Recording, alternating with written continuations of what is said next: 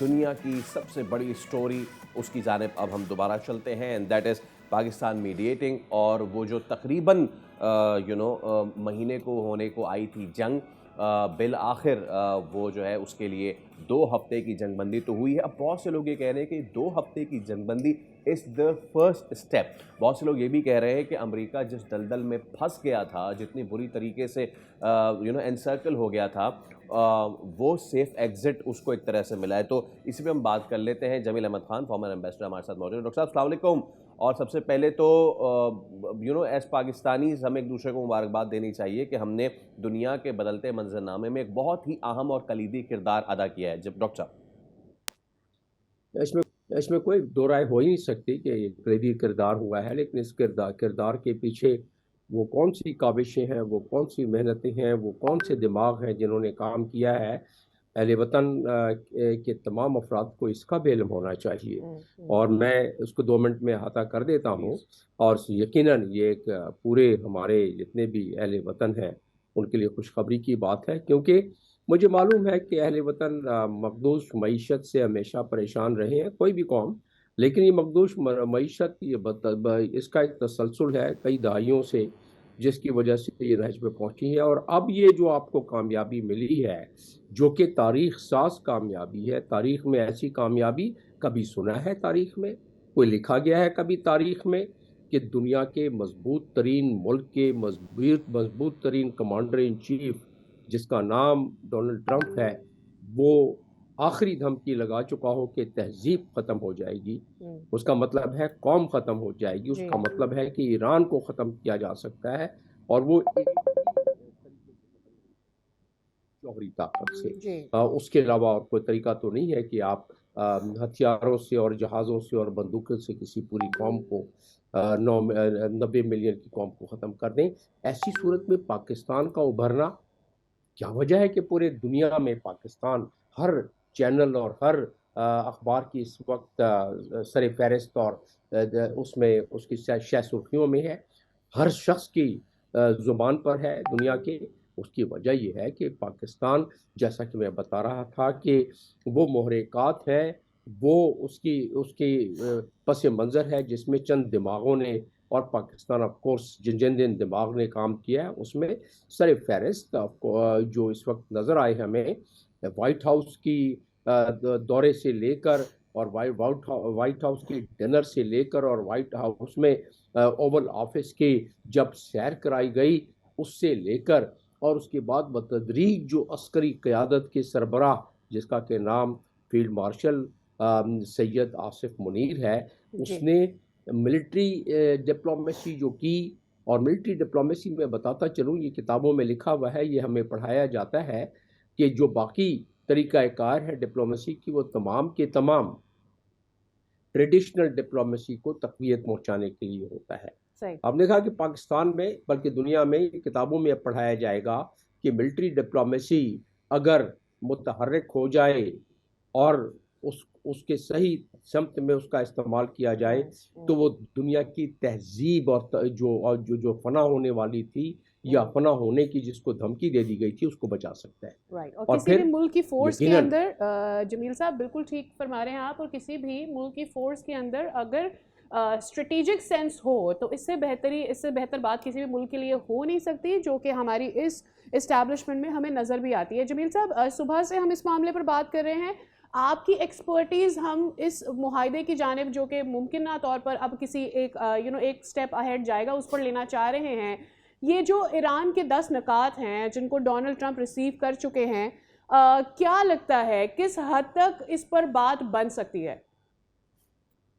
देखें, 10 नकात उसका मुकाबला किया जाए 15 नुकात से। 15 नुकात भी तो दिए हैं ना डोनाल्ड ट्रंप ने। जाहिर है 15 नुकात एक तरफ और 10 नुकात दूसरी तरफ। अब जो इसी हफ्ते, जैसा कि टाइम बता रहा है खबर, कि इसी हफ्ते जेडी वैंस और उनके साथ उनकी टीम, कुशनर और जो विटकॉफ हैं, वो तशरीफ ला रहे हैं पाकिस्तान में। और इस्लामाबाद एकॉर्ड जो है, जो इंशाल्लाह साइन होगा इन्हीं मराहिल में, और ईरानी टीम भी आएगी। तो यकीनन वो यही 10 पॉइंट और 15 पॉइंट पर गुफ्तगू होगी आगे। मैं इस पे अपना तजिया देता चलता हूँ कि वो 15 पॉइंट जो है दर हकीकत वो पॉइंट 4 से ज़्यादा नहीं है, क्योंकि उसमें अव्वल तो ये कि जो पहले 6 पॉइंट है, 8 पॉइंट, उसमें से 6 पॉइंट वो सिर्फ जौहरी और जौहरी की बात कर रहे हैं, जौहरी क़ुव्वत की उसकी अफजूदगी बंद करना है। वो 450 जो 60% जौहरी अफजूदा शुदा मटीरियल है उसके बारे में बात की जा रही है, और ये बात की जा रही है कि आइंदा ईरान गारंटीड है कि वो जौहरी हथियार नहीं मंगाएगा। तो इस तरह की बातें पहले 6 पॉइंट्स में, उसको मैं एक पॉइंट, एक बड़े सेट का सबसेट कहता हूँ उसको मैं। और उसके बाद फिर दोबारा मिसाइल की बात आती है, उसमें 3 जगह पर मिसाइल की बात की जा रही है, उसको एक मानना चाहिए। तो इसका मतलब 1 और 1 2 हो गए। बाकी कि वो प्रॉक्सी की बात कर रहे हैं वो 3 मान लेते हैं, एक और पॉइंट उनका है, तो 4 पॉइंट अमेरिका के दर हकीकत में हैं, वो गुफ्तगू उस पर हो सकती है। और ये जो 10 पॉइंट ईरान ने भी दिए हैं, तो इसको अगर सेट और सबसेट में डिवाइड किया जाए तो ये 3-4 पॉइंट से ज़्यादा नहीं है। वो हैं क्या? कहते हैं ईरान और लबनान और यमन में जंग का मुकम्मल खात्मा। जाहिर है जब ईरान में जंग ख़त्म होगी तो वो हूती और इराक और लेबनान में वो तो हमला नहीं करेंगे। लेबनान की बात थोड़ी दूसरी आ जाती है, क्योंकि इजराइल तो वो अपने ग्रेटर इजराइल के चक्कर में लेबनान के अंदर पहले भी दाखिल हुआ, उसने कोई ज़मीन कब्जा कर ली और अब भी उसमें मजीद ज़मीन कब्जा कर रहा है, और बहाना उसको ये है कि वो हिजबुल्लाह को कमर तोड़ रहा है, और पहले क्लेम कर चुका है कि हिजबुल्लाह को तो हमने ख़त्म कर दिया। और अब बात ये आती है कि दूसरा मामला है कि ईरान के खिलाफ जंग को मुकम्मल और मुस्तकिल खात्मा। अभी तो उसमें एक पॉज आया है, इसी पर तो बात होगी मुकम्मल खात्मे के लिए, उसके खदोखाल के लिए कि क्या गारंटी दी जाएगी, ईरान को क्या करना है, यही 10 पॉइंट है। और अमेरिका को क्या करना है, वही 15 पॉइंट है। अमेरिका के पीछे तो इसराइल छुपा भी हुआ है, क्योंकि इसराइल के भी वही उस 15 पॉइंट में उसकी भी शरारत शामिल होगी कि कहाँ उसमें स्पैनर डाला जाए और कहाँ उसको सैबोटाज किया जाए। फिर वो कहते हैं कि पूरे खिते में तमाम तनाज़ात का इख्तिताम पूरी दुनिया चाहती है कि खिते में तनाज़ात ना हो, तो ईरान ने कोई नई बात तो नहीं कह दी कि खिते में तनाज़ात जो है उसको ख़त्म किया जाए। अब नया हरमुज़ को दोबारा खोलना, ईरान तो पहले उसको खोल देगा, उसको कोई मसला नहीं है। पहले भी वो कहता था कि मैं तो सिर्फ उन जहाज़ों को रोकूंगा जो जहाज़ दुश्मनों से ताल्लुक़ रखते हैं, उसके अलावा तो वो यानी अगर इसको जहाज़ों को डॉक्टर छोड़ रहा साहब था। अगर आपकी गुफ्तगू को समझ मैं तो इसका पोस्टमार्टम कर रहा हूँ आपके सामने। जी जी जो 10 है, एक एक चीज़ को मैं जो जहन में मेरे है पढ़ के आपको मैं ये बता रहा हूँ। और आबनाए हरमुज़ में महफूज और आज़ादाना बहरी गुजरगाह के लिए प्रोटोकॉल और शराइत, तो ये ईरान ने कौन सी नई बात कर दी? ईरान वही कह रहा है जो इंटरनेशनल कानून में मौजूद है। इंटरनेशनल जो है जिसमें United Nation laws of high seas हैं, उसका आर्टिकल 17 कोई भी गूगल करके हमारे इस वक्त जो नाजरीन देख रहे हैं वो देख लें, उसमें दिया हुआ है कि किस तरह इनोसेंट पैसेज जो शिप्स होते हैं उनको किस तरह इजाज़त दी जाती है। और उसमें बहरहाल सारा तरीका है, उसका 19 नंबर आर्टिकल इसी कानून का है अक़वाम मुत्तहिदा के, उसमें दिया हुआ है कि अगर कोई होस्टाइल कंट्री का जहाज़ गुजरता है तो उसके लिए रेगुलेट आर्टिकल 24 में करेगा। तो ये मैंने इसलिए बता दिया कि इस वक्त सुबह का टाइम है, आपके नाजरीन इंटरेस्टेड होंगे कि भैया ईरान ने जो बात की था ये बहुत एंड बिल्कुल कायदे तरीके के मुताबिक एक्सेप्ट हो जाएगी। इसमें मुझे कोई मेरी डिप्लोमेटिक तजर्बे में महसूस होता है कि नेगोशिएशन के बाद ये हो सकता है। हाँ, एक मुश्किल काम है, ईरान कहता है कि हमें अखराजात दो, जितना भी आपने हमारा नुकसान किया है, जाहिर है बहुत बड़ा नुकसान हुआ है, बिलियंस ऑफ डॉलर का हुआ है। इस पर भी बात पाकिस्तान जब बीच में पड़ेगा, दूसरे ममालिक पड़ेंगे, तो अखराजात के बजाय उनके अगर एसेट्स जो जमा है अमेरिका में, मेरा अपना तजिया ये है कि वो एसेट्स रिलीज़ हो जाएंगे और ईरान के आंसू उसमें धुल जाएंगी। अगर ऐसे उनको कंपनसेट ना भी किया गया तो ये कम से कम हो सकता है। इसी तरह 2-3 और जो पॉइंट्स हैं वो उसको ईरान बड़ी आसानी से उसको उस पे अपनी लचक दिखला सकता है। क्या अमेरिका लचक दिखलाएगा? अमेरिका ने तो पॉइंट्स बनाए इसी तरीके से हैं कि जो पहले मैंने बताया कि 6 पॉइंट जौहरी लिहाज से वो ईरान पहले उसको मानता है। ईरान कहता है कि जी JCPOA पे जिस तरह 3.67 था, अफसुदगी हम उसको कर लेते हैं। 450 जो केजी हमारा है पड़ा हुआ, उसको हम दे देते हैं IAEA के सुपरविजन में। वैसे तो उसको रशिया ने भी कहा था कि हम कर लेते हैं। तो मेरा कहने का मकसद ये है कि जब डायलॉग शुरू होगा तभी नतीजा निकलेगा ना। और बिल्कुल ठीक मैंने है। इसलिए ओके आपके नाज़रीन के लिए थोड़ा सहल करके बता दिया, बिल्कुल ये चीज़ें डिबेट में और डिस्कशन में तय बड़े आसानी से हो हो सकती सकती हैं। है। ऑलराइट तो और ठीक है जी, डॉक्टर साहब। तो आपने कहा कि देखिए ये वो सारी चीज़ें जिस पे अमेरिका ईरान मान सकते हैं। प्रॉब्लम ये है कि अमेरिका को जो इंस्टिगेट कर रहा था इसराइल, इससे पहले भी जब जब मुज़ाकरात हो रहे थे उनको सैबोटाज करने की कोशिश कर रहा था इसराइल। भाई वो मानता है या नहीं मानता है उसके जो है वो who'll ring the cat will bell the cat.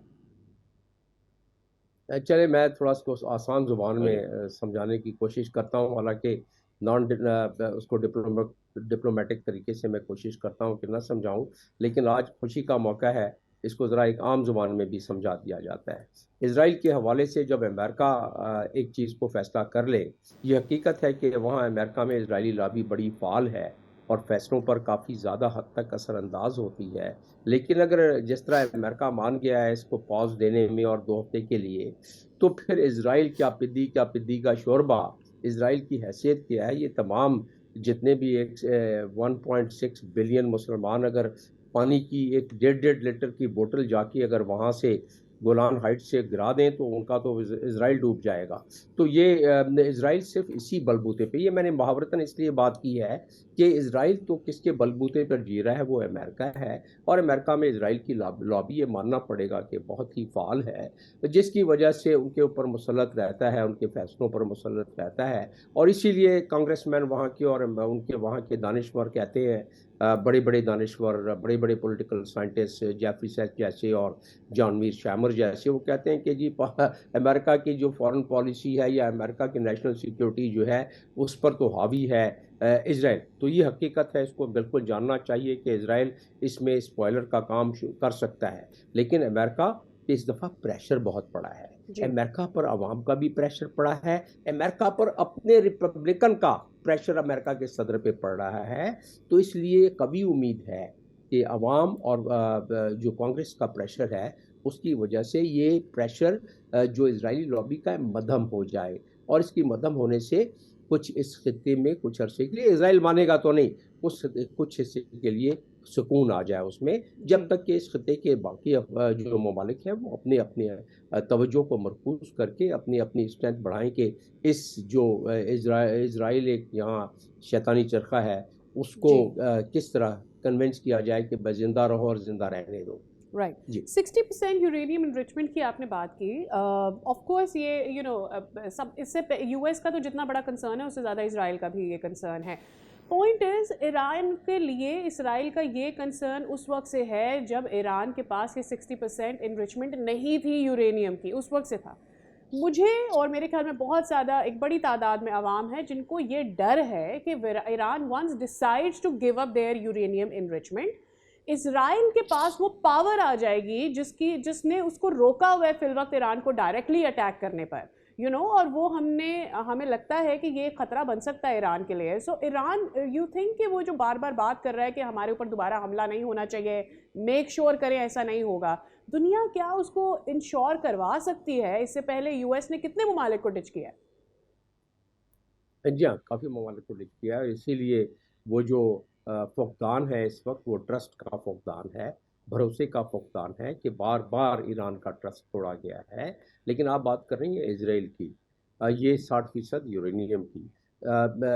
Iran तो उनका फतवा अभी भी फ़ाल है, रहबर जो शहीद हो गए हैं कि उन्होंने वेपन नहीं बनाना, पहली चीज़। हम्म, दूसरी बात ये है कि आप ये दुरुस्त फरमा रही हैं कि अगर आप 2015 की बात करें, जब ये साइन हुआ था P5 प्लीज प्लस वन, या ममालिक ने पढ़कर JCPOA यानी यस कि joint joint comprehensive plan of action, ये वो है जिसको हम आम फहम में कहते हैं कि न्यूक्लियर रिकॉर्ड। जो न्यूक्लियर रिकॉर्ड साइन हुआ था उसमें ये, और उससे पहले इज़राइल अपने सॉवरन हक को इज़राइल दुनिया के दिए हुए कानून के मुताबिक 3.7 का ही उसने कहा कि ठीक है हम 3.7 से आगे नहीं बढ़ेंगे। ये अमेरिका है जो इज़राइल के कहने पर उसने उस एग्रीमेंट को फाड़ के फेंक दिया, मतलब ख़त्म कर दिया। और जब ख़त्म कर दिया तो तो ईरान आज़ाद हो गया कि अपनी इनरिचमेंट बढ़ा सके। ईरान इनरिचमेंट बढ़ा गया, 60% हो गई। सही। 60 से 90% साइंसदान कहते हैं कि एक हफ्ते में आप 60 से 90% तक ले जा सकते हैं। और यही वो ख़तरा है इज़राइल को, और इज़राइल इसी पर मातम करता रहा है कि हम तो कह रहे थे कि भाई 3.6% न बनाने दो, आप ईरान को इजाज़त ही ना दो, ये JCPO न करो, ताकि ईरान में वो कैपेसिटी ना हो सके कि वो उससे ज़्यादा अफजूगी कर सके। तो अब रहा सवाल कि 60% जो है, ईरान इस हद तक लचक उसने दिखलाई कि ठीक है 60% आप ये के कब्जे में दे दें, जैसे पिछली जो 28 फरवरी से पहले जो सिलसिला तकरीबन जिस पे राजीनामा हो गया था। लेकिन असल प्रॉब्लम ये है कि वो कहते हैं कि इज़राइल के पास एक तलवार भी ना हो, एक चाकू भी ना हो इसके ईरान के पास, जी। और तो ये इज़राइल तो ये चाहता नहीं है हो कि सकता। जी अब बिल्कुल ठीक है। आप जो है वो मिसाइल भी ख़त्म करें अपना, वो जी। ईरान नहीं कर सकता, ये वो एक ईरान का एक्सेप्टेबल ज़ाहिर सी बात अपना है, सब। बिल्कुल सही नहीं। अच्छा डॉक्टर साहब, हमारे पास वक्त खत्म हो गया, लेकिन जस्ट वन और मैं चाहूँगा आपसे, अगर आज आपके पास डॉक्टर साहब एक अपॉर्चुनिटी हो टू प्रिंट अ हेडलाइन, वो क्या होगी? Pakistan the global peace maker, या फिर Pakistan the regional net security provider, या फिर Pakistan the global net security provider? Choose one please. Global net security provider, क्योंकि उसने तहजीब को फना होने से बचा लिया। ब्रिलियंट, इससे बड़ी और कोई बात नहीं हो सकती। बहुत शुक्रिया डॉक्टर जमील अहमद खान साहब, हमारे साथ आप मौजूद थे और आपने बिल्कुल कही कि गुज़िश्ता रात जो बात हुई थी कि तहजीब को हम ख़त्म कर देंगे, तहजीब नहीं, इंसान फना हो जाते हैं, तहजीब बाकी रहती है। सब्सक्राइब करें और बेल दबाएं ताकि कोई खबर रह न जाए।